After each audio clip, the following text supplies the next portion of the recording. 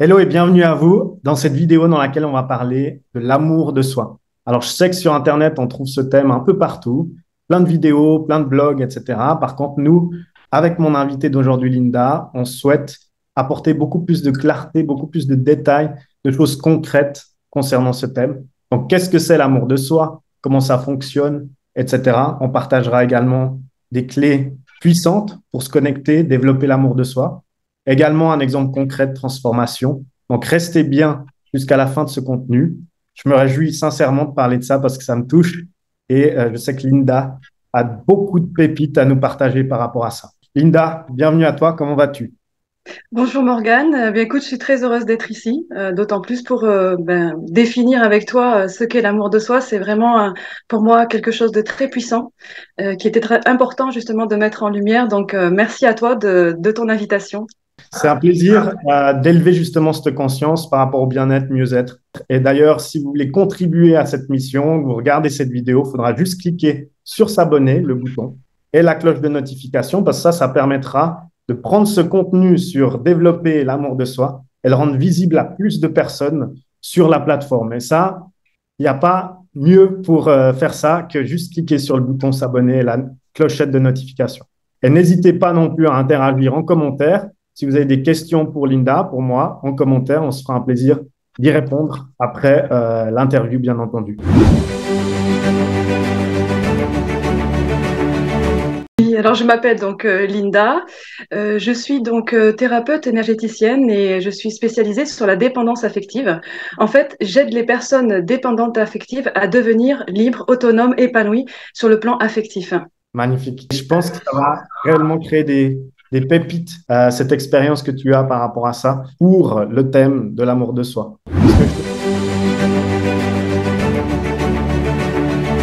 Mais en fait, l'amour de soi, c'est s'aimer profondément et totalement, avec ses qualités, ses imperfections, avec ses parties lumineuses, ses parties sombres. C'est s'accepter totalement tel que l'on est.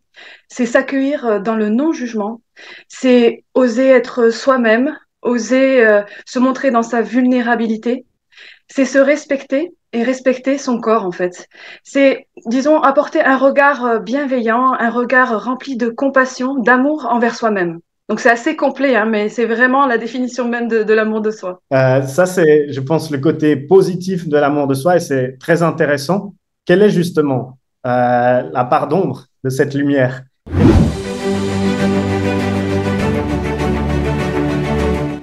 Quand on manque d'amour de soi, c'est justement, c'est qu'on est constamment en train de se critiquer, en train de se rabaisser, de se juger. Hmm. On se compare énormément aux autres, et ce qui fait que effectivement, ça ternit l'amour que l'on porte pour soi, et surtout, ben, ça crée un manque, celui justement d'aller chercher cet amour à l'extérieur, cette validation à l'extérieur, alors Hmm. qu'en réalité, l'amour de soi, c'est justement se donner cette validation, se donner ce respect, cette compassion et cette bienveillance. Magnifique. Donc, je pense que ça va parler à beaucoup de personnes, le côté plus obscur ou la problématique liée à l'amour de soi. Et pourquoi c'est important, en fin de compte, ce que tu disais au tout début. Je rebondis sur le fait du pourquoi c'est important parce que justement, si on ne cultive pas cet amour de soi, on est complètement dépendant de l'autre en fait. Et c'est ce qui crée cette dépendance. Et du coup, on n'est plus libre, mais on est dans une posture de victime et de prisonnier en fait de cet amour que l'on attend chez l'autre en fait. Ce que je te propose, du coup, ben, on a parlé justement de la problématique, du pourquoi c'est important, du côté positif de ce que c'est, en fin de compte, l'amour de soi.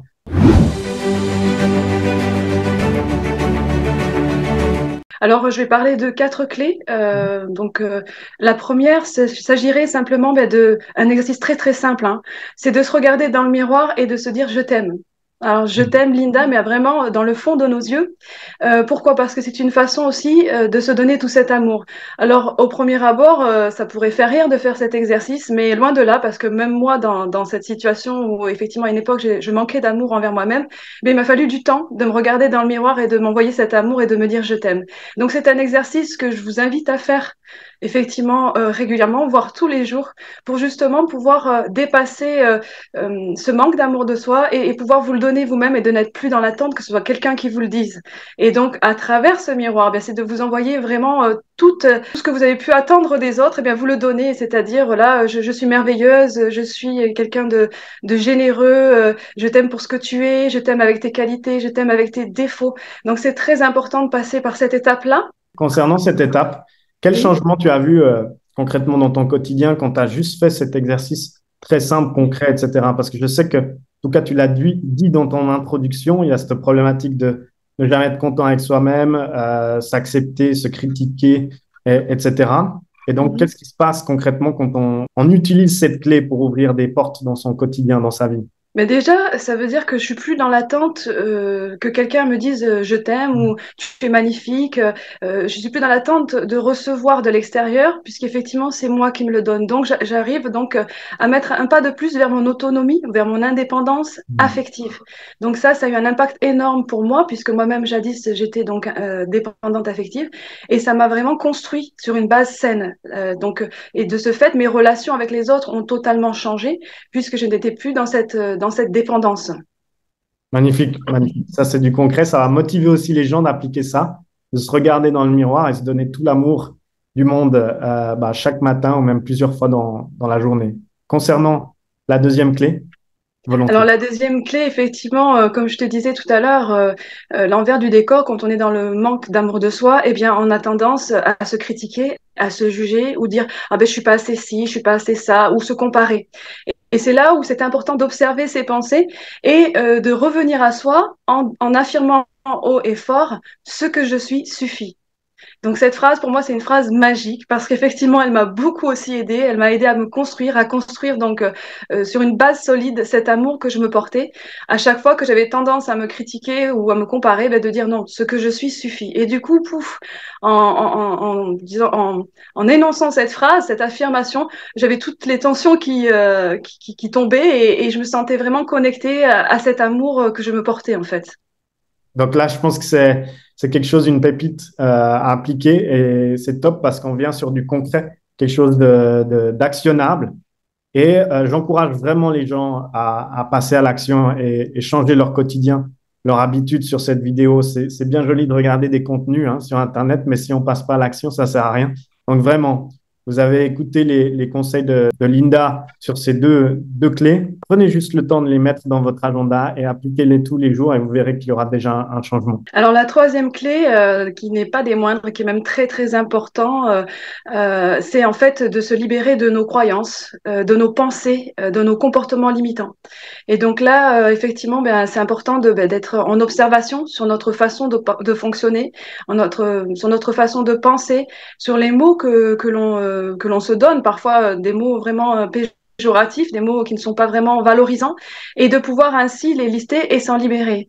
Et là, pour se libérer de ces croyances limitantes, ben, il y a plein de techniques à, à mettre comment dire, à mettre en place, telles que par exemple, un des outils que j'utilise, c'est l'EFT. Donc, c'est une technique qui consiste à tapoter sur des points d'acupuncture pour libérer ces croyances limitantes, ces pensées limitantes, et les transformer en pensées qui valorisent l'individu en lui-même. Voilà. Là aussi, tu soulignes l'importance de se faire accompagner sur les croyances parce que nos propres croyances peuvent devenir notre propre prison et c'est difficile de justement les identifier soi-même. Et donc, quelqu'un d'extérieur peut mettre le doigt dessus, n'est-ce pas? Complètement, parce qu'à un moment donné, il faut savoir demander de l'aide, parce qu'on peut pas tout faire tout seul, surtout au départ, il y a de quoi, je dirais, il y a du travail, si je peux dire. Hein. Pour ce qui est des croyances, je peux donner donc une image, c'est votre jardin intérieur. Si Mm. dans votre jardin intérieur, donc il y a plein de mauvaises herbes, donc que je pourrais donc comparer à ces pensées, ces croyances limitantes, mais forcément ça va prendre trop de place et du coup ça va donc comment dire baisser votre niveau d'amour de soi. Donc il est important d'aller voir votre jardin intérieur pour vous libérer, déraciner toutes ces mauvaises herbes et laisser profiter des jolies fleurs qui composeront votre jardin intérieur et donc votre état d'être, votre état de penser et d'agir. Donc c'est vrai que comme tu dis Morgane, et ça je rejoins complètement, c'est très important de choisir un thérapeute avec qui donc ça résonne, avec qui donc on se sent à l'aise pour pouvoir procéder à ce travail-là qui est très important.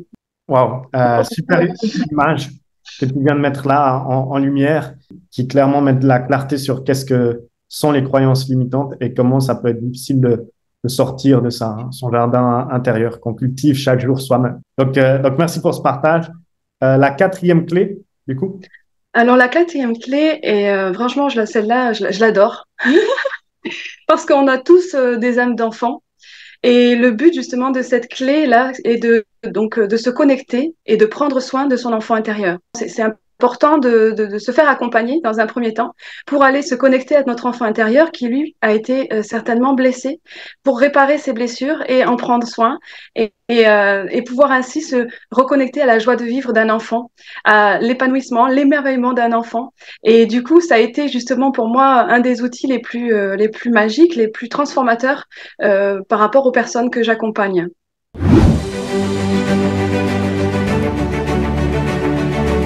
Pour aller au plus simple, hein, je vais simplifier. Je suppose que on a tous été des enfants, forcément.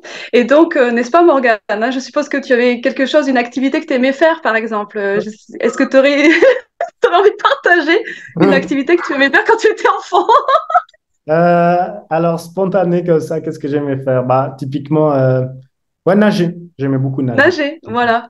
Donc, ce que j'encourage donc aux personnes, c'est justement de se reconnecter à ce que vous aimiez faire quand vous étiez enfant, pour aller mettre en avant cet enfant intérieur qui a été oublié, parce que parfois, ben, les gens en fait, ils n'ont pas le temps de ci, ils n'ont pas le temps de là, ils n'ont pas le temps de s'occuper, ils n'ont pas le temps de rire. Et donc, le fait d'aller à une activité que l'on adorait faire quand on était enfant, c'est le fait d'aller réactiver cette créativité, réactiver cette complicité avec votre enfant, réactiver cette joie de vivre. Parce que l'enfant, lui, ne se juge pas, il ne se critique pas, il accueille le moment présent.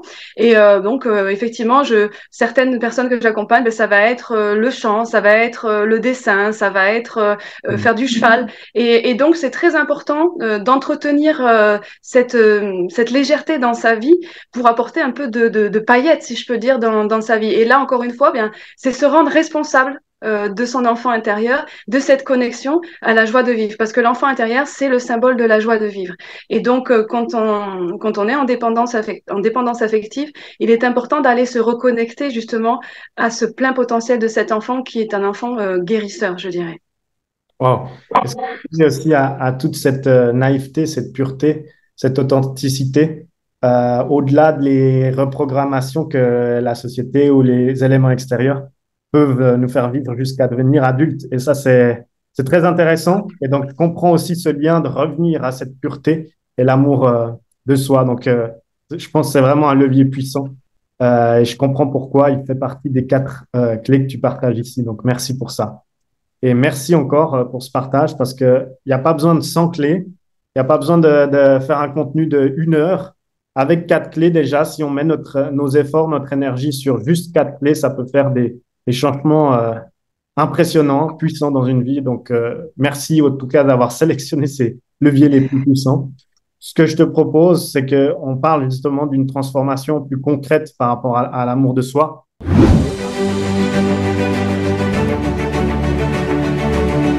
C'est par le biais effectivement de cet accompagnement individuel que je propose, cet accompagnement qui s'appelle Aime-toi d'abord. Et en fait, pour moi, c'est comparable à une transformation durable, la transformation de la chenille qui devient papillon. Et donc il y a la chenille, donc c'est avant donc aime-toi d'abord. Puis ensuite il y a la chrysalide, donc le cocon qui enveloppe donc la chenille, donc c'est pendant aime-toi d'abord. Et ensuite c'est la chenille qui devient papillon, qui sort de sa chrysalide, donc c'est après aime-toi d'abord. Alors effectivement j'ai des exemples, notamment l'exemple donc de la personne que j'ai eu accompagnée, qui avant l'accompagnement bien en fait avait une relation de soi à soi plutôt superficielle. Elle était sujette à des crises d'angoisse du fait de vivre seule. Elle était aussi encore dépendante de son ancienne relation amoureuse, même si elle avait rompu, ben, elle se sentait vraiment toujours dans cette envie de revoir cette personne, comme si c'était un manque profond, un manque affectif. Elle était dans un état de détresse, on va dire, à ce niveau-là. Et donc, elle avait l'impression de fuir son corps, de le mettre de côté. Et donc, elle a commencé à faire des recherches. Donc, elle a assisté à des conférences, elle a lu une panoplie de livres, elle a visionné des vidéos inspirantes sur YouTube. Mais le souci, c'est que oui, ok, je sais, je suis dépendante affective, mais qu'est-ce que je fais, quoi? Donc, il n'y avait pas de résultat concret, puisqu'elle avait donc cumulé un savoir, mais pas un savoir-être, et encore moins le savoir-faire pour sortir de la dépendance affective. Donc, en fait, il s'avère que cet état, bien, en fait, a impacté beaucoup sa vie personnelle, mais aussi sa vie professionnelle, puisqu'elle était, elle portait en elle un profond mal-être, en fait. Donc ça, c'est la première étape, on va dire l'étape de la chenille. Hein. On rame, hein, si je peux dire ça comme ça. Ensuite, après, je dis ça parce que je suis passée par là, donc c'est ce que j'ai remarqué comme similitude avec toutes les personnes que je croise. Et donc la deuxième étape, c'est l'étape de la chrysalide, en fait.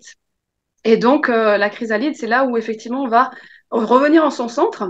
Et donc, on va découvrir plein de choses. Je vais amener les personnes à prendre conscience donc de leurs schémas comportementaux limitants. Je vais les mettre en action parce que, comme tu le disais si bien tout à l'heure, sans action, bien, on fait du surplace hein, et il n'y a rien qui bouge si on ne bouge pas. Hein. Donc, le changement, ben, c'est faire un pas chaque jour vers, euh, vers la situation désirée, vers l'amour de soi, vers l'indépendance affective. Et donc, de ce fait, je l'ai amené à instaurer un état d'esprit, un état de pensée, un état d'être pour s'aimer totalement et complètement. Et ça, c'est par le biais, effectivement, comme je te disais tout à l'heure, en nettoyant son jardin intérieur, en enlevant toutes les mauvaises herbes. Donc là, il y avait vraiment un travail à faire à ce niveau-là. Entre-temps, il y a eu des crises, hein, il y a eu des moments d'angoisse. Et le fait d'être présente, de l'avoir soutenue, de l'avoir aidée à accueillir ses émotions, bien du coup, je l'ai appris à ne plus avoir peur de ses peurs et à pouvoir les transformer, les transcender pour pouvoir réaliser que finalement, derrière ces peurs, bien, se cachaient d'énormes pépites, celle de s'aimer encore plus de jour en jour, de plus en plus. Et de ce fait, eh bien, je l'ai amené donc à construire sa vie, son indépendance affective sur des bases solides, donc des outils qu'elle est amenée donc à utiliser régulièrement.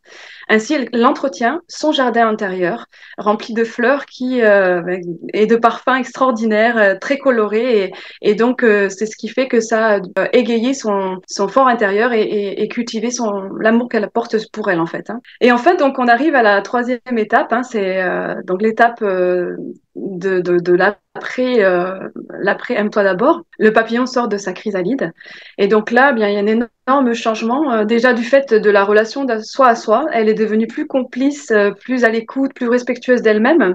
Et j'ai noté cette phrase qu'elle disait. Elle disait, bah là, je suis ma meilleure alliée, je suis ma meilleure amie. Donc là, c'est quelque chose d'énorme, quoi. C'est que maintenant, c'est comme si elle avait réintégré ces parties en elle et qu'elle les avait accueillies dans sa totalité. Et maintenant, ben, elle est prête à avancer, à continuer à évoluer. Quel impact ça a eu? Ben, maintenant, elle ose aller vers les autres, elle ose se montrer telle qu'elle est, a acquis les réflexes quand effectivement elle sent que ben, là, je suis en train de me manquer d'amour, je me critique, je me juge, bof, elle revient en son centre et là, du coup, ben, elle sait les outils qu'elle a utilisés pour pouvoir lever ses auto-sabotages et sortir de sa posture de victime pour devenir maîtresse de sa vie. Je t'avoue que ça a été vraiment très gratifiant de voir cette transformation. Ça m'a énormément touchée. J'étais vraiment émue de voir ça et de voir cette personne vraiment épanouie. D'autant plus que bah, tout au long de l'accompagnement, au fur et à mesure qu'elle se libérait de ces couches d'interdit, si je peux dire, l'interdiction de s'aimer, eh bien en fait, il y a eu des opportunités professionnelles qui se sont présentées. Et c'est là que ben, en fait, elle se sent maintenant libre, épanouie,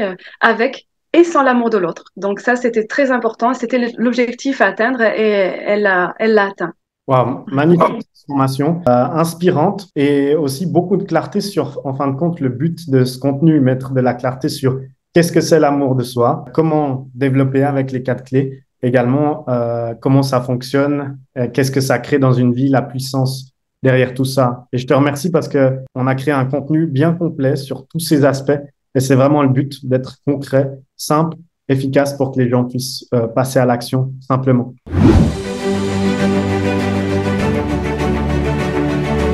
Eh bien, en fait, pour moi, effectivement, j'ai vu les bases, vraiment les piliers qui sont nécessaires donc à aborder, à cultiver, pour justement construire et cultiver l'amour de soi. Ok.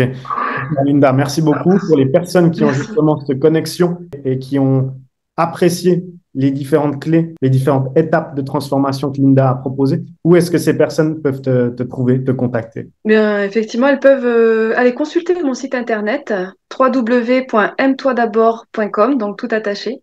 Et je me ferai un très grand plaisir de les accueillir pour pouvoir échanger et voir comment je peux leur apporter mon aide et mon soutien. Car merci pour ton temps. Si vous avez apprécié ce contenu, n'oubliez pas de cliquer sur s'abonner, de cliquer sur la clochette de notification, même partager ce contenu si vous voulez, sinon propager cet amour à plus de personnes. C'est un beau début.